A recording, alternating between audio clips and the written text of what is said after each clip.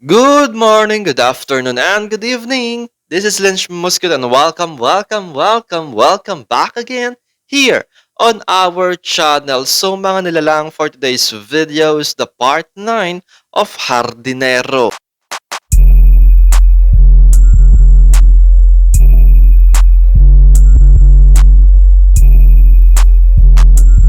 Mga nilalang for today's video is the part 9 of Hardinero, and let's make a very quick shout out po doon sa lahat ng naabutan kong nag-comment po sa part 8 po. So kakaunti lang po ito dahil kahapon lang naman natin in-upload yung part 8 po. So let's start to Mr. Fire Dragon, Miss Estrella Yambao, Orlando Tuazon, Nonito Motosinos, Vicky Tapales, Antonio Jr. Alayon, Danilo Hugarap, Maria Cristina de los Santos, Bahrain, Felipe Matugas Jr., Jack Fajardo, Nerissa San Diego Lesano, Hiljan, Albert Tom Esmeria, and to Miss Margarita Parot. Maraming salamat po sa lahat ng mga supporters sa channel na to out there. At kung gusto mong mapasama ang pangalan mo to the next video that we're going to publish here on our channel, just comment down below your own opinion about this video after you watch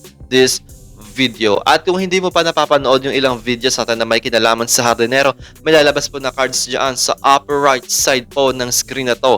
Just click that at dadalhin po kayo niya sa playlist natin kung saan naroon na-compile lahat ng mga videos natin na may kinalaman sa Hardinero. Mga nilalang, don't forget to click the subscribe button and turn on the notification bell para naman always updated ka sa mga nangyayari sa channel na ito. Samahan mo na rin pag-hit ng like button and pindutin mo na rin yung share button. And now, let's start to watch the part 9 of Hardinero. Huwag ka mag-i-skip ng ads!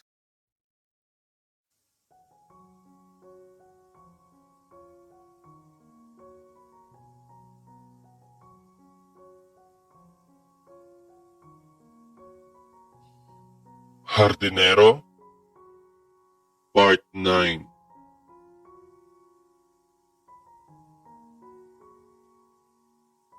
Carson's POV.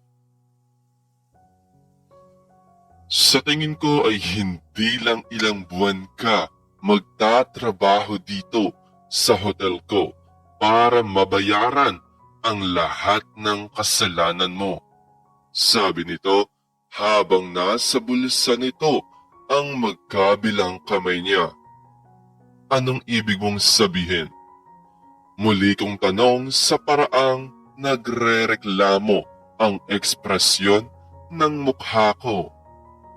Di ba narito ka dahil nagpresenta ka ng sarili mo para mabayaran ang kasalanan mo sa akin at ang kasalanan ng pamangkin mo sa paraang gusto ko? Tanong nito sa akin. Marahan naman akong tumango para sabihing oo.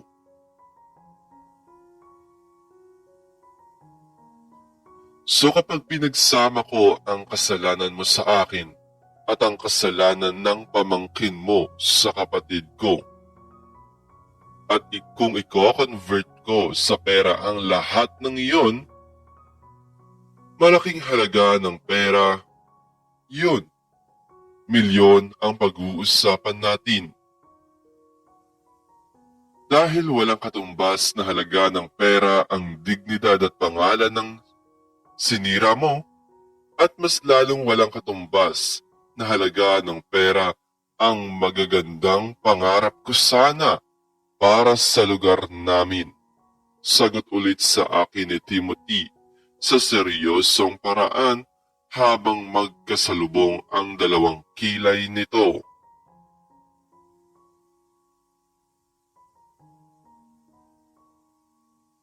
Natigilan naman ako sa mga sinabi nito. Dahilan para yumuko na lang ako. Pwede pa ba akong umatras? Bulong na tanong ko sa isipan ko. Kaya sa palagay ko ay hindi ka lang ilang buwan na magtatrabaho rito para makapagbayad sa akin. Muling sabi ni Timothy. Kung ganon, hanggang kailan? Tanong ko sa kanya habang nakayuko pa rin ako. Hanggat kailan ko gusto. Sagot nito sa akin. Sinalubong ko naman ito ng tingin sa galit na paraan. I hate you, Timothy Adamson. Hindi ko napigilang hindi sabihin. Don't worry, the feeling is mutual, Carson. Nagsisimula ka pa lang na hindi ako magustuhan. Samantalang ako, matagal na akong galit sa'yo.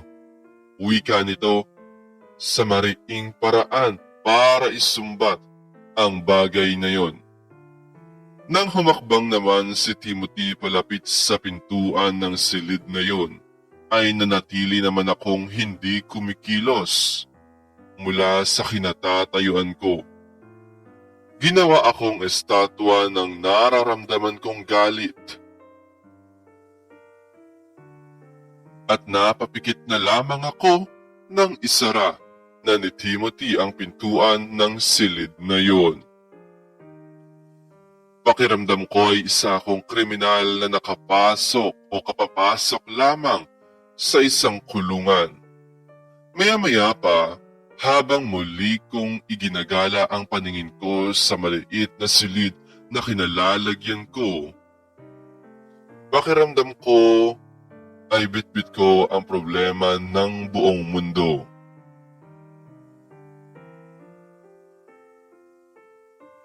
Nanlulumo akong napaupo sa gilid ng lumang kutson. Kaya ko bang matulog dito? Bulong na tanong ko sa isipan ko. Makalipas ang ilan pang saglit ay muli naman akong tumayo mula sa pagkakaupo ko. Sa isip-isip ko, kung may kapangyarihan lang talaga ako, matagal ko nang nilisan ang lugar na yon pabalik sa bahay namin. At mula sa mga sandaling yon, na-realize ko kung gaano kalaki ang galit sa akin ni Timothy. Ngayon ko nararamdaman ang paghihiganti nito. Naitanong ko tuloy sa sarili ko kung bakit ba kasi nagkita pa kami ulit.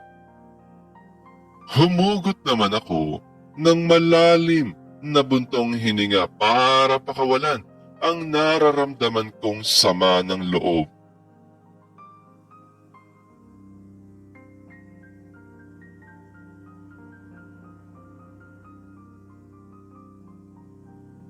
Matapos kong pakalmahin ang sarili ko mula sa mga buntong hiningang ginawa ko, ay sinimulan ko ng ayusin ang dala kong mga gamit.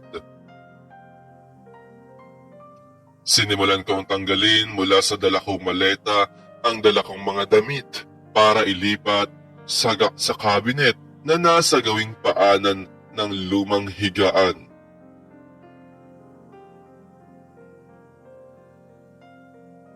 Pagbukas ko naman sa cabinet ay nagulat ako dahil sa paglundag ng isang daga mula sa loob nito.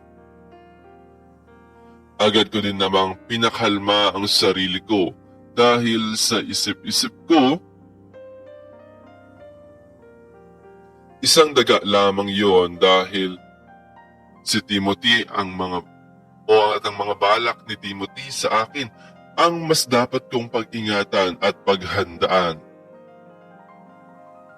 Makalipas ang ilan pang saglit, pagkatapos ko namang linisin at ayusin ang silid ko, ay na-realize kong mas maayos pa rin pala talaga ang silid na yon kumpara sa isang kulungan. Maya-maya pa ay naisip kong gusto ko sanang maligo. Nasaan na ba si Nicolo para mayroon man lang akong mapagtatanungan dito? Sabi ko sa sarili ko habang palingalinga akong naglalakad sa hallway. Pakiramdam ko tuloy ay isa akong ganap na estranghero sa lugar na yon. Ang nananatiling taong hindi estranghero ang tingin sa akin ay si Timothy lang, pero kaaway naman ang turing sa akin.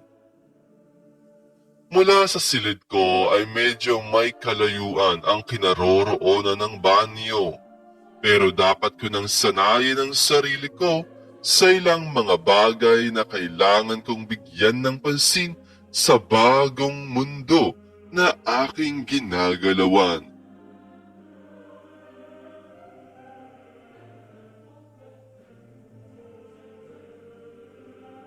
Nang marating ko ang kinaroroonan ng banyo ay agad na din akong naligo. Matapos kong maligo at makapagbihis ay sumilip naman ako sa isang pintuan na malapit lang sa kwarto ko. Naisip kong siguro ay doon idinadaan ang mga stocks at inilalagay sa stock room. Pero mas lalo lang akong nadismaya sa nakita ko dahil lumang mga gamit na nakatambak ang nasa likod ng kwarto ko. Mga silyang hindi na ginagamit, mga cases ng soft drinks at beers, mga lata ng mantika at isang lumang washing machine. Mukhang kwarto ko ang pinakapangit na bahagi ng hotel building.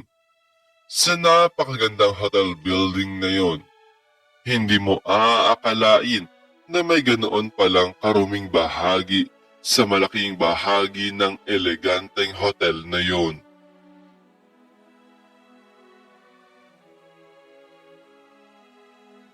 Nagtayuan naman ang mga balahibo ko nang maisip kong posibleng dating bodega ang silid ko at ipinalinis lang niya ito ng bahagya para magsilbing kwarto ko. Nakaramdam ako ng awa para sa sarili ko. Inilagay ako ni Timothy sa masikip, madilim, maalikabok at lagayan ng mga lumang gamit ng bahagi ng hotel. Ibig ba nitong sabihin ay doon lamang ako mas nababagay? Pero sa isip-isip ko, masisisi ko ba siya kung ako mismo ang gumawa ng dahilan para lumiit ang tingin nito sa akin? Pero kung bahagi ito ng paghihiganti ni Timothy, ang lupit naman niya. Daig niya pa ang mga Beatrice sa paggamit ng kamay na bakal. Kasalukuyan akong nakaupo noon sa lumang higaan na nasa silid ko nang makarinig ako ng katok mula sa pintuan ko. Ngunit hindi pa man ako nakakatayo mula sa pagkakaupo ko ay bumukas na agad ang pinto ng silid ko.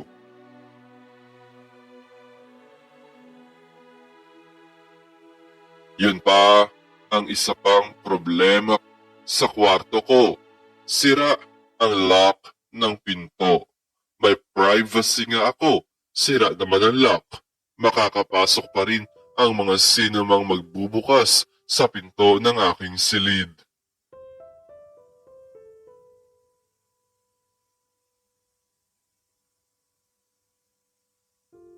Alam kong alam mong hindi ka bisita dito, Mr. Carson.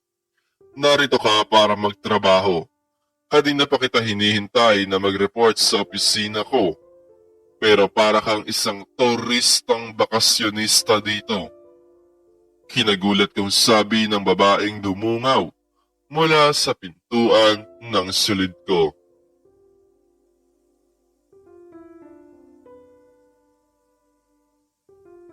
Maganda ang babaeng yon. Maputi ang kulay at balat o ang kulay ng balat. Maganda ang tindig at bumagay ang pananamit nito. Pero halatang natatakpan ang ganda nito ng mabangis nitong anyo at ng matalim nitong mata.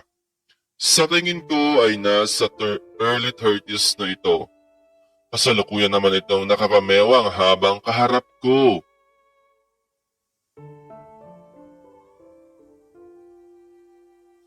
Nang mga sandaling yon ay naisip ko namang baka siya yung tinutukoy ni Timothy na supervisor ko. Ikaw ba ang supervisor ko na sinasabi ni Timothy? Tanong ko sa babae. Anong sabi mo? Timothy, anong karapatan mong tawagin ng employer natin? Sa first name niya? Baka gusto mong matanggal agad sa trabaho kahit hindi ka pa nagsisimula. Sagot ng babae sa akin na mas lalong nagalit ang anyo nito.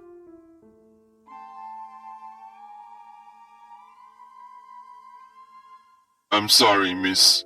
Pamanhin kong sabi rito. Nakita mo na?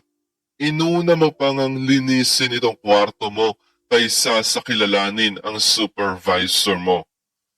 Hindi ba sinabi sa iyo ni Mr. Adamson na dito sa hotel ay binabayaran ang bawat oras natin? Kaya dapat lamang nasulitin natin ang oras natin sa pagtatrabaho. Sabi ulit sa akin ng babae. Nasabi niya ho sa akin, miss. Sabi ko na agad kong pinutol. Senyales na hinihingi ko ang kanyang pangalan. Miss Domingo. Aviana Domingo. Now, it's time for you to start with your duty. Tumatakbo ang oras at maraming naghihintay na trabaho sa kitchen. Pakilala at dire-diretsong sabi sa akin ng nagpakilalang supervisor kong si Miss Domingo.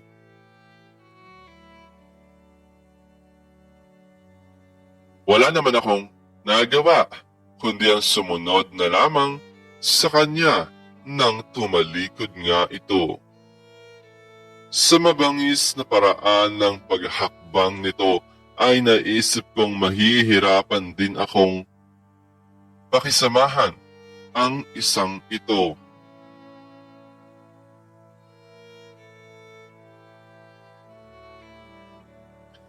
Bagay nga silang mag-amo ni Timothy. Sabi ko sa isipan ko. Pagpasok namin sa kitchen, ay hindi ako nito ipinakilala sa iba pang mga makakasama ko roon. Itinuro lamang nito sa akin ang gagawin ko habang nakatingin sa akin ang iba pang staff na naroon. Since wala ka pa namang idea sa mga menung isinaserve namin dito sa hotel, ia-assign muna kita sa paglilinis ng floor. Maarte si Mr. Adamson pagdating sa kalinisan ng hotel. Kapag natapos ka sa paglilinis ng sahig, tumulong ka naman sa paghuhugas ng mga plato. Ang bawat mababasag mo rito ay ibabawas ng buo sa sweldo mo. Sabi sa akin ni Miss Domingo.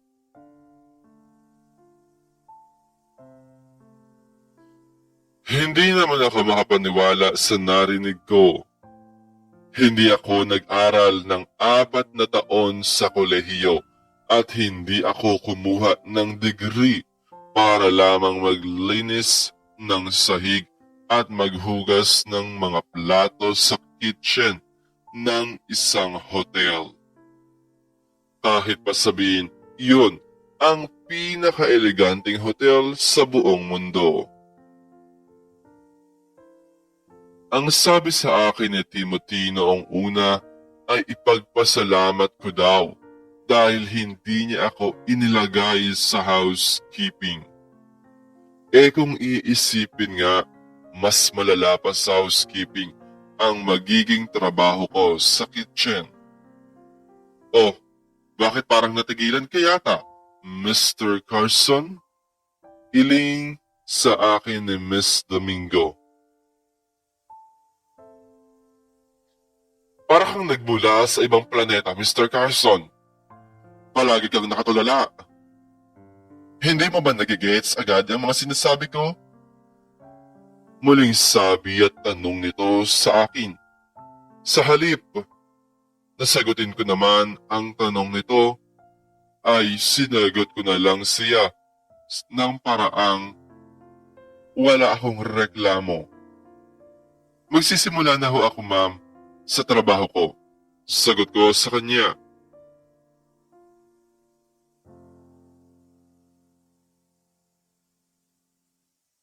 Nicolo, bigyan mo siya ng apron.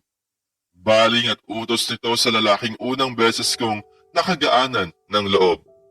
Matapos yun ay lumabas na din si Miss Domingo mula sa kitchen. Mula roon ay nakaramdam na ako ng panliliit para sa sarili ko nang makita kong nakatingin sa akin ang lahat ng mata ng mga taong kasama ko sa kitchen.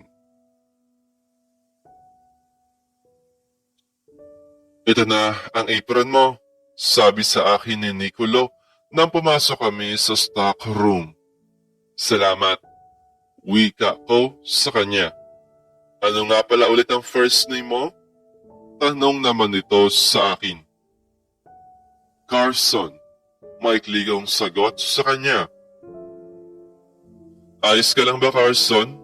Tingin ko kasi sa'yo kanina parang wala ng kulay ang mukha mo. May sakit ka ba? Sabi at tanong nito sa akin.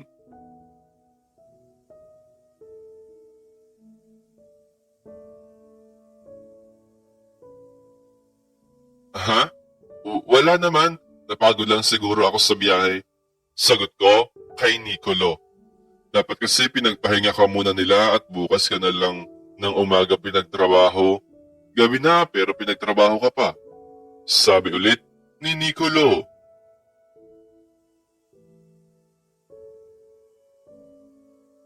Hayaan mo na para makabisado ko din agad ang mga magiging trabaho ko dito. Sagot ko naman sa kanya habang nakangiti. At least may kaibigan na ako sa lugar na yon. Sa totoo lang, for the first time in my life, ngayon lang ako nakaramdam ng feeling ng pagiging kawawa. Pakiramdam ko ay nawalan na o nawala na pati ang pride ko. At nahalata ko naman na tila naaawa sa akin ang mga kasamahan ko sa kitchen sa paraan ng pagtingin nila sa akin. Nang muli naman kaming pumasok sa kitchen, ay agad kong ginawa ang trabahong ipinagagawa sa akin ni Miss Domingo. Maya-maya pa, habang naglilinis nga ako ng floor, ay isa sa mga staff ang lumapit sa akin. Ako na ang maglilinis ng floor. Mag-assist ka na lang kay Nicolo sa pagluluto. Sabi at utos sa akin ng lalaking lumapit sa akin. Ako na lang, Arnel. Sabi naman ng isa pang lalaking kanina ko pa nakikitang naghihiwa ng mga ingredients. Malaki ang pangangatawan ng ikalawang lalaki. May porma sana nga ito, pero kahit minsan ay hindi ko ito napansing nakatingin sa akin.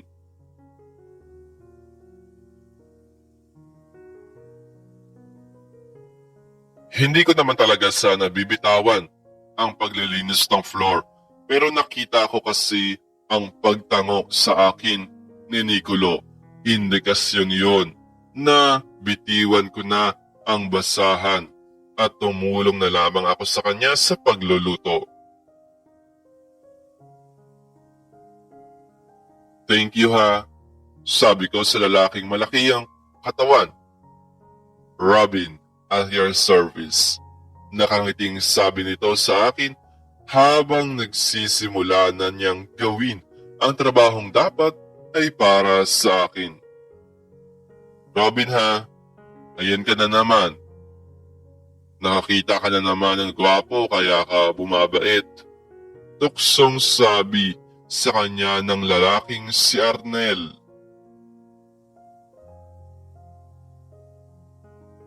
Nang lumapit naman ako kay Nicolo para mag-assist sa kanya sa pagluluto ay pinaalalahanan pa ako nito. Mag-ingat ka riyan, Carson. Halos lahat ng mga lalaking may mga itsura dito nilalapitan at nililigawan yan. Pagbibigay alam ni Nicolo sa akin.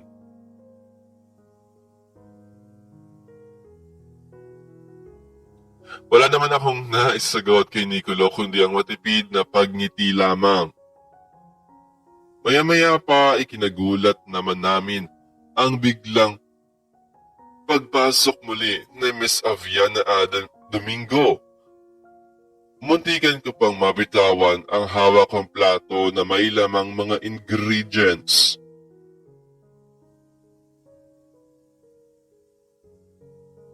Bakit hindi ikaw ang naglilinis ng floor? Diretsong tanong sa akin ni Miss Domingo.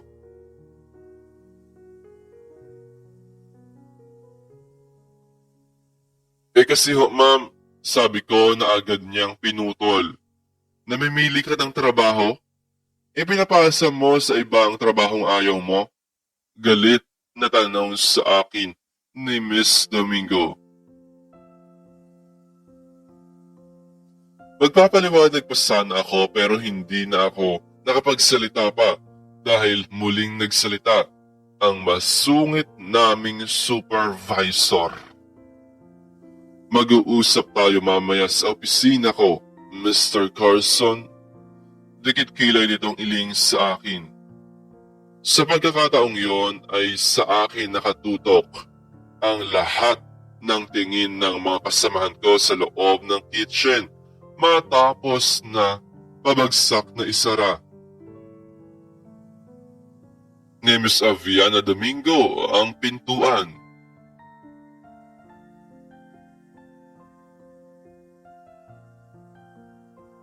Sobra naman yon, parang yun lang eh. Nagalit agad sa'yo. Iling ni Robin nang makalabas na nga si Miss Domingo sa pintuan ng kitchen. Matapos ko namang pakalmahin ang sarili ko, ay nagtungo na rin ako sa opisina ni Miss Domingo.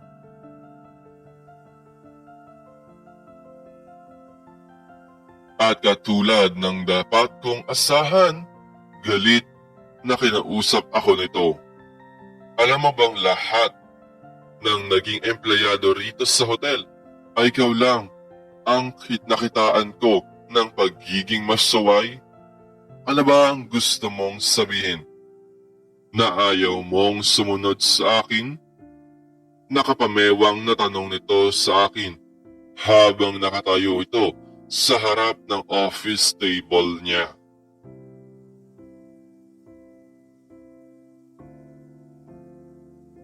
Hindi naman sa ganun, ma'am. Kaya ko lang naman ho binitawan ang trabahong iniwan niyo ho sa akin ay dahil nagpresenta si Robin na kunin ang ginawa kong trabaho. Sagot ko kay Miss Domingo. Nagpapaawa ka kasi siguro, sabi nito sa akin. Sa halip naman na sumagot ako ay lihim na lamang akong sumimangot. Ayoko nang mauulit pa ang bagay na yon, Carson. Kung ano ang itinalagang trabaho sa'yo, yun ang gawin mo. Walang karapatan ang kahit na sino sa inyo na mamili ng trabaho. Malinaw ba? Wika at tanong nito sa akin.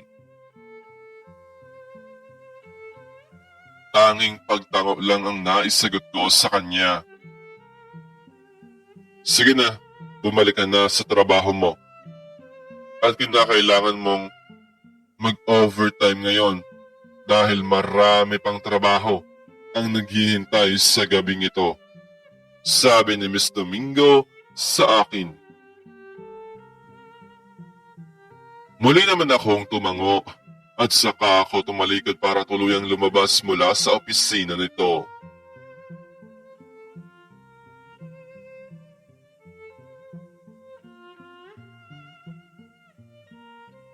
Matapos ang unang gabi ko sa trabaho, dahil tulad ng sabi ni Miss Domingo na kailangan kong mag-overtime sa trabaho, ay naging dire-diretso ang trabaho ko sa gabing yon hanggang sa kinabukasan.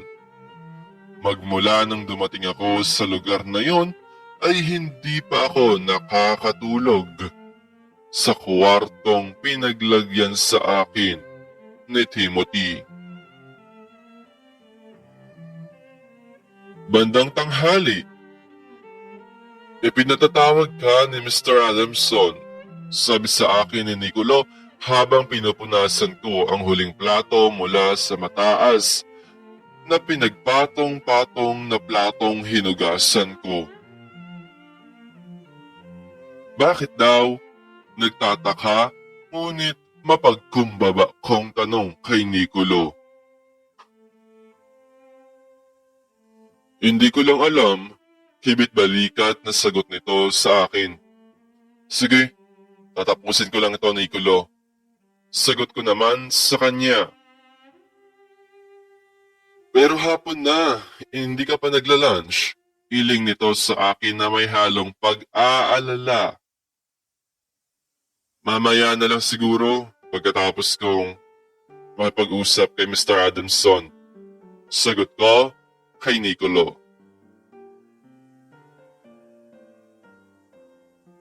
Nang matapos ko nga ang kasalukuyang trabahong ginagawa ko sa kitchen, ay agad na din akong kumilos patungo sa opisina ni Timothy.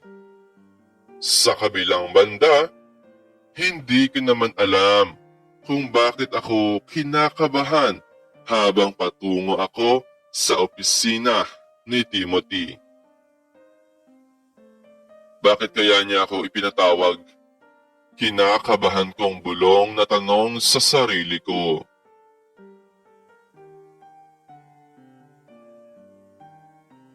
Inayos ko muna sandali ang sarili ko.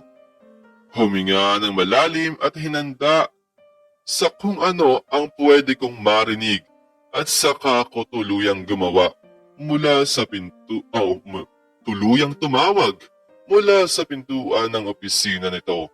Nang marinig ko naman ang pagsigaw mula sa loob ng opisina nito ay doon pa lamang ako tuluyang pumasok.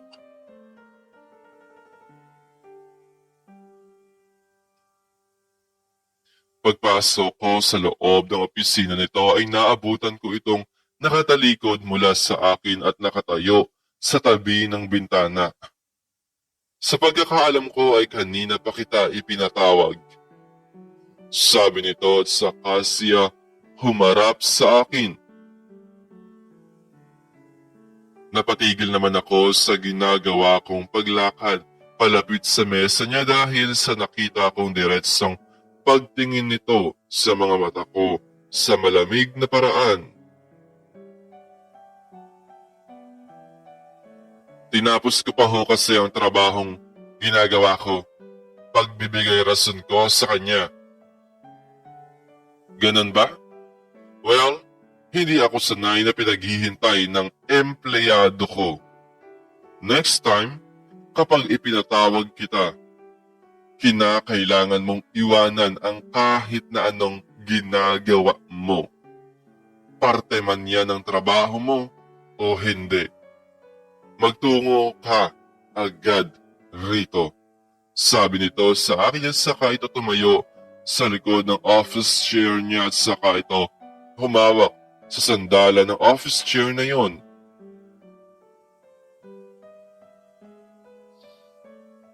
Diretsong nakatingin pa rin ang mga mata nito sa akin.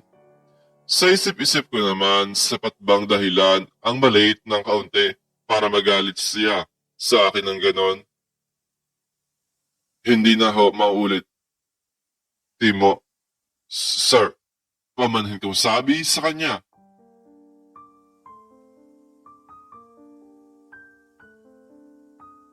Wala ka pang 24 hours na nananatili dito sa hotel, pero marami nang naisumbong sa akin si Miss Aviana Domingo.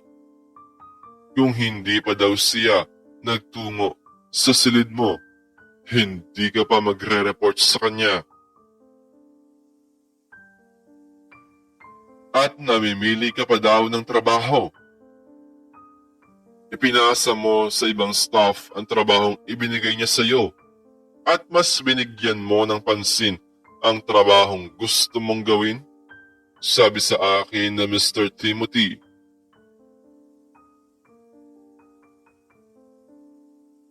Hindi ho totoo yun, sir. Mabilis kong tanggi sa sinabi nito. Akala ko ba nagkaliwanagan na tayo? Di ba sinabi ko na sa iyo na mahigpit ako pagdating sa mga staff ko? Sabi nito sa akin. Malinaw ho sa akin yon. At hindi naman ho totoong namimili ako ng trabaho.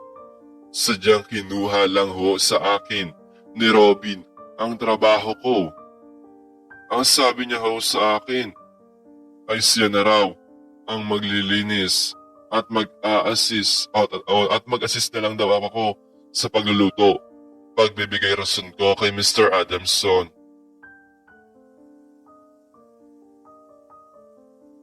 Bakit? Si Robin ba ang supervisor mo? Sarkastikong tanong nito sa akin.